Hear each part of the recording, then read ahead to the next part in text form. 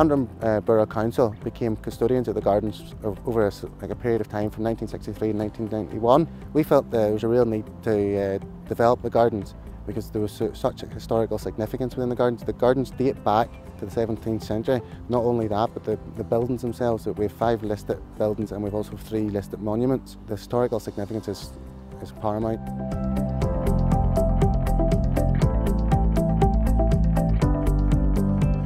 The Council has really led the way here in showing how you can restore and develop a site and have visitor access as well. There are a lot of people visit the site each year and a lot of activities and events that are geared towards environmental education of biodiversity and sustainability. A part of that is on the natural heritage biodiversity, and then we do some extra events here. This week we have the Biodiversity Summer School. So we had over 30 kids, a family event with their parents. They looked at all the lovely trees that are on the ground. They looked at the mammals, the bats, hedgehogs, built hedgehogs homes. They did a day on birds and bird calls. So they had a full packed activity week. Recently Britain in Bloom judges were in the area. I think it was 5 finalists in the UK. So this was the finalists for Northern Ireland, and they were very impressed with the overall appearance of Antrim and Castle Gardens and their expertise with their volunteers. As a group on a Saturday morning we'll come together and we'll do lots of weeding, or we'll deadhead the flowers. If there's any seeds we'll dry them out and packet them up. In terms of sustainability, we have water butts connected to the greenhouse that we collect the rainwater and we use in our greenhouse, and this year we have a polytunnel that we're doing the same thing, using the water from the rain butts.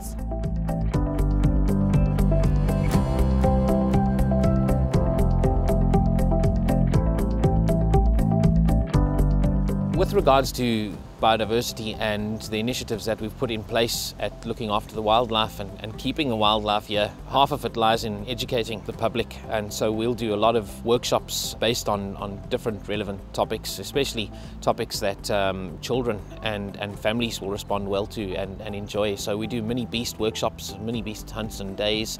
We create an awareness of birds. We do summer birds and winter bird workshops. The awareness aspect of it is half of it. The other bit is what we've actually done physically. We've incorporated swift nesting boxes, which over a period of a few years hopefully will increase the amount of nesting pairs on site. There's a very, very well established and well-known bat roost of Nethusius pipistrelle, which are a priority species in that they were only recently discovered to occur in Northern Ireland, and that first documented sighting was right here at Antrim Castle Gardens, a Clotworthy house. So we have one of the few known roosts of the Nethusius pipistrelle bat. In terms of biodiversity and sustainability, it was key from the word go whenever the restoration project began. If you look at Clotworthy House, the main visitor hub, the whole complex is heated by biomass boilers through a sustainable resource, and that heats the buildings throughout the year. Still within Clotworthy House, we have a sedum roof on the Air Studio, which is the community arts venue. But we have also a number of biodiversity features outside of the main buildings themselves. Within the gardens, we have rainwater harvesting. The pavilion collects the rainwater and stores it in a tank that within the gardening team use to then water the beds. The other feature would be the water management for the actual water features. We have long canals and we have round pond and yew tree pond, so it's really integral to the gardens. And we use a pumping system to take the water from the river and then we return it back to the river. Footfall for 2014 was 263,000. We're getting incoming tours from all over the world. We've won the RICS Award. It was for the Northern Ireland Tourism and Building Project of the Year. And we also won Sustainable Ireland Award for the Biodiversity Project of the Year with a Green Flag accreditation that we've held now for the past 3 years. Since the gardens have reopened, we've had a great feedback from the public. One best example would be the TripAdvisor Centre of Excellence. That's not an award we apply for, it's an award that's given to us based on the feedback from the public. Everything's always been really positive. The people of Antrim have really see it as their garden now and are proud to have this attraction on the doorstep.